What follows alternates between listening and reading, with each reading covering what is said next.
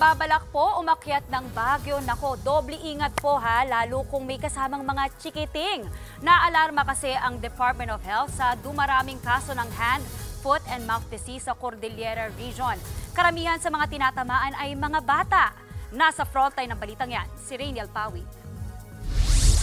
Nag-umpisa sa rashes sa kamay at paa hanggang sa nilagnat. Ganyan ang sinapit ng 9 na taong gulang na anak ni Rose matapos tamaan ng hand, foot and mouth disease noong nakaraang taon. Noong una, inakala raw nilang simpleng allergy lang hanggang sa lumala. Napilitan silang dalhin ang bata sa ospital. Pero yung umpisa lang maliliit na buko lang siya. O pati sa mouth niya hanggang ngala-ngala. Maliliit lang naman na nagtutubig kasi hindi makakain talaga ang bata. Tiis-tiis talaga. Gumaling naman kalaunan ang anak ni Rose.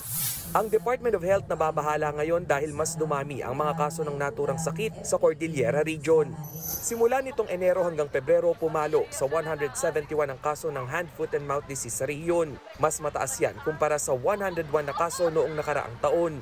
Pwede kasi itong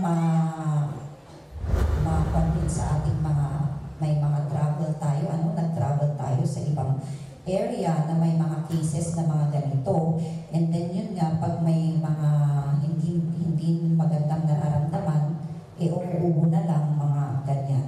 Kasi ito ay isang viral, kaya madaling mabilis na kumalat.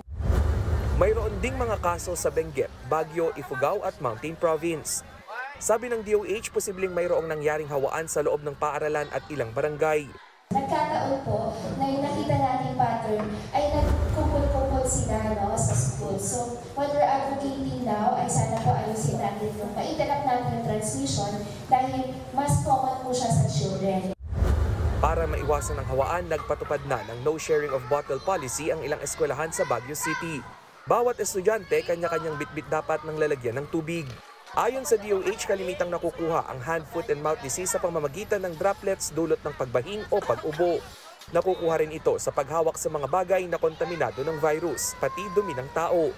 Kaya paalala ng DOH kung nakaramdam ng sintomas gaya ng lagnat, singaw, pamamaga ng lalamunan o pantal sa kamay at paa, agad na magpasuri sa doktor. Nagbabalita mula sa Frontline, Rainiel Pawid, News 5. Mga kapatid, Dimples Romana po, kumpletuhin ang inyong umaga ng mga kwentong puno ng inspirasyon. Salubungin po ang bawat araw ng may ngiti at pag-asa.